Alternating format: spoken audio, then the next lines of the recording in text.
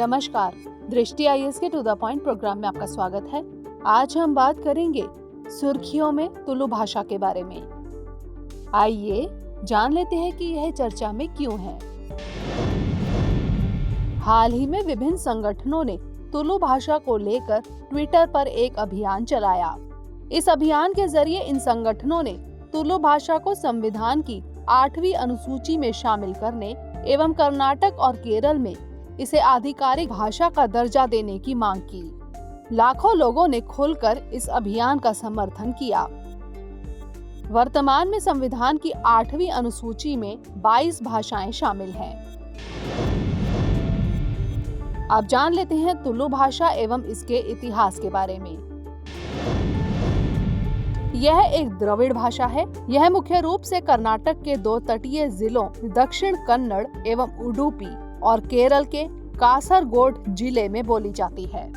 2011 की जनगणना के अनुसार भारत में 18,46,427 लोग तुलु भाषा बोलते हैं। कुछ विद्वानों का मानना है कि तुलु सबसे पुरानी द्रविड़ भाषाओं में से एक है। इस भाषा का इतिहास 2000 साल तक पुराना है। रॉबर्ट कैल्डवेल अपनी पुस्तक A Comparative Grammar of the Dravidian या south Indian family of language में बताते हैं कि तुलु द्रविड़ परिवार की सबसे विकसित भाषाओं में से एक है। कुछ साल पहले कर्नाटक सरकार ने तुलु को स्कूलों में एक भाषा के रूप में पेश किया था। इस भाषा के प्रसिद्ध लोकगीत, पद्यना और पारंपरिक लोक रंगमंच, यक्षगान आदि हैं।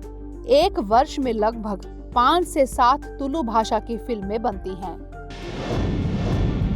आइए जान लेते हैं क्या है तुलुनाडु। तुलु भाषा मुख्य रूप से कर्नाटक के 2 जिलों दक्षिण कन्नड़ एवं उडुपी और केरल के कासरगोड जिले में बोली जाती है। इन क्षेत्रों को अनौपचारिक रूप से तुलुनाडु कहा जाता है। चुनाव आयोग से मान्यता प्राप्त तुलुवेरे पक्ष नामक एक राजनीति दल है जो एक अलग राज्य तुलुनाडु बनाए जाने का पक्षधर है। अब नोट कर लेते हैं आज का प्रश्न। तुलु भाषा के संदर्भ में निम्नलिखित कथनों पर विचार कीजिए। पहला, यह संविधान की 8वीं अनुसूची में शामिल है। दूसरा, यह मुख्य रूप से कर्नाटक और केरल में बोली जाती है।